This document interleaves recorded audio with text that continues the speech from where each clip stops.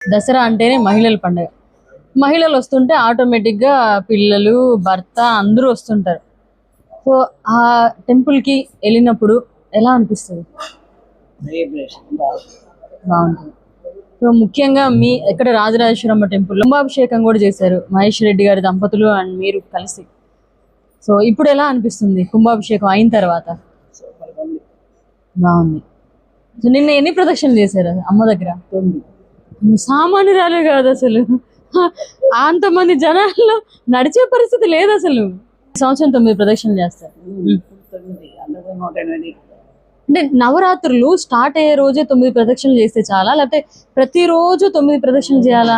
రోజు చేస్తే అమ్మవారి అనుగ్రహం వస్తుంది, సమ్ పవర్ వస్తుంది మనకి. ఖచ్చితంగా చేస్తాం. మీరు చెప్పారు కదా, కాలు వేస్తున్నారు కదా గిరి సార్ వాళ్ళు, ఎట్లుంటుంది ఇంట్లో? వైబ్రేషన్ బాగుంది.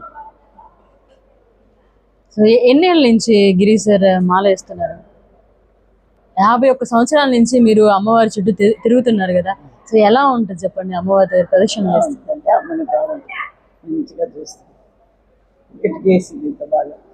మంచి మొహం మీది, కళైన మొహం. మీరే ఒక అమ్మవారు, మీరు అమ్మవారి దర్శనానికి వెళ్తారు. సో ఆ అమ్మవారు కూడా పరవశించిపోతుంది అనుకుంటా. సారు ఎక్కడ చూసారు మిమ్మల్ని?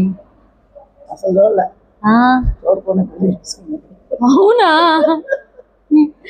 సో అమ్మ నాన్న మీకు ఫిక్స్ చేశారా? మీ అమ్మమ్మ గారు ఫిక్స్ చేశారు. మీ ఆయనది పక్కన ఊరేనా? మీరు చూసారా?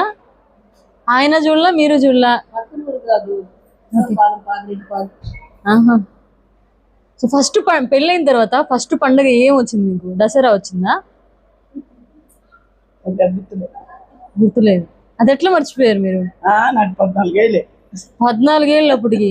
చాలా దేవాలయాల్లో శివలింగం ఇచ్చారు కదా, శివలింగం పెట్టించారు.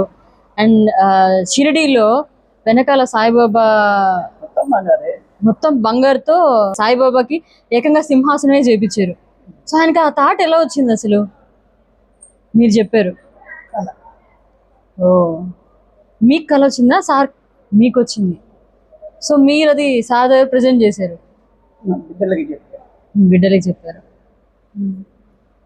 బిడ్డలు వెంటనే ఓకే చేశారు నాన్నగారితో చెప్పి. తర్వాత ఎన్ని రోజులు సమయం పట్టింది? అంత సంవత్సరం. సో వెంటనే కల వచ్చింది, అక్కడ రియల్గా చూడడం ఏమనిపించింది?